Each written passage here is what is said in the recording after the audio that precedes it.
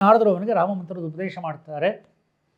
ಇದು ಕೂಡ ಗೊತ್ತಿದೆ. ಅವನು ಹೇಳ್ತಾನೆ, ಸ್ವಾಮಿ ನನಗೆ ಈ ರೀತಿಯಾಗಿ ನೀವು ಹೇಳ್ತಿರೋ ನಾಮ ಹೇಳಿಕ್ಕೆ ಬರೋದಿಲ್ಲ. ನಾನು ಈ ಕಾಡು, ಬೇಟೆ, ಈ ಒಂದು ಕೊಲೆ, ಸುಲಿಗೆ, ಗಿಡ, ಮರ, ಏನಂದೆ ಮರ ಅಂದ, ಸಾಕು.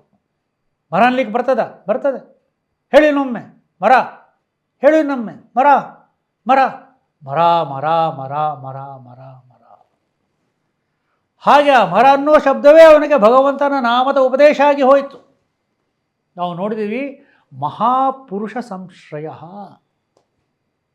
ಭಗವಾನ್ ಶ್ರೀರಾಮಕೃಷ್ಣ ಹೇಳ್ತಾ ಇದ್ರು, ಸಾಧುಸಂಗ ಸಾಧುಸಂಗ ಸಾಧುಸಂಗ ಅಂತೇಳಿ. ಕ್ಷಣ ಮಾತ್ರದ ಒಂದು ಸಾಧುಸಂಗದಿಂದ ಯಾವ ರೀತಿಯಾದಂಥ ಒಂದು ದಾರಿ ಸಿಕ್ಕುತ್ತೆ ಅವನಿಗೆ. ಅವನ ರಾಮ ರಾಮ ರಾಮ ಅನ್ನುವಂಥ ಮಂತ್ರವನ್ನು ಹೇಳ್ತಾ ಹೇಳ್ತಾ ಹೇಳ್ತಾ ಹೇಳ್ತಾ ಹೇಳ್ತಾ ಏನಾಯ್ತಾಗ ಅವನಿಗೆ ಸ್ವಾರ್ಥಕ್ಕೆ, ಕೇವಲ ತನ್ನ ವೈಯಕ್ತಿಕವಾದಂಥ ಲಾಭಕ್ಕೆ ಅವನು ಗೆದ್ದಲಿರುವೆಯಂತೆ ಹುತ್ತವನ್ನು ಕಟ್ಟುತ್ತಾ ಇದ್ದ. ಆದರೆ ಈಗ ಅವನು ಭಗವಂತನ ನಾಮದಲ್ಲಿ ತನ್ನ ಚಿತ್ತಕ್ಕೆ ಒಂದು ಹುತ್ತವನ್ನು ಕಟ್ಟಿಕೊಂಡ. ಆ ಚಿತ್ತಕ್ಕೆ ಹುತ್ತವನ್ನು ಕಟ್ಟಿಕೊಂಡಾಗ ಆ ಒಂದು ಹುತ್ತದಿಂದ ಒಬ್ಬ ಬರ್ತಾನೆ, ವಾಲ್ಮೀಕಿ. ಸಂಸ್ಕೃತದಲ್ಲಿ ವಲ್ಲಿಮಿಕ ಅಂತ ಹೇಳಿದರೆ ಹುತ್ತ. ಚಿತ್ತಕ್ಕೆ ಹುತ್ತ ಕಟ್ಟದೆ ಮಹರ್ಷಿ ಆಗಲಿಕ್ಕೆ ಸಾಧ್ಯ ಇಲ್ಲ.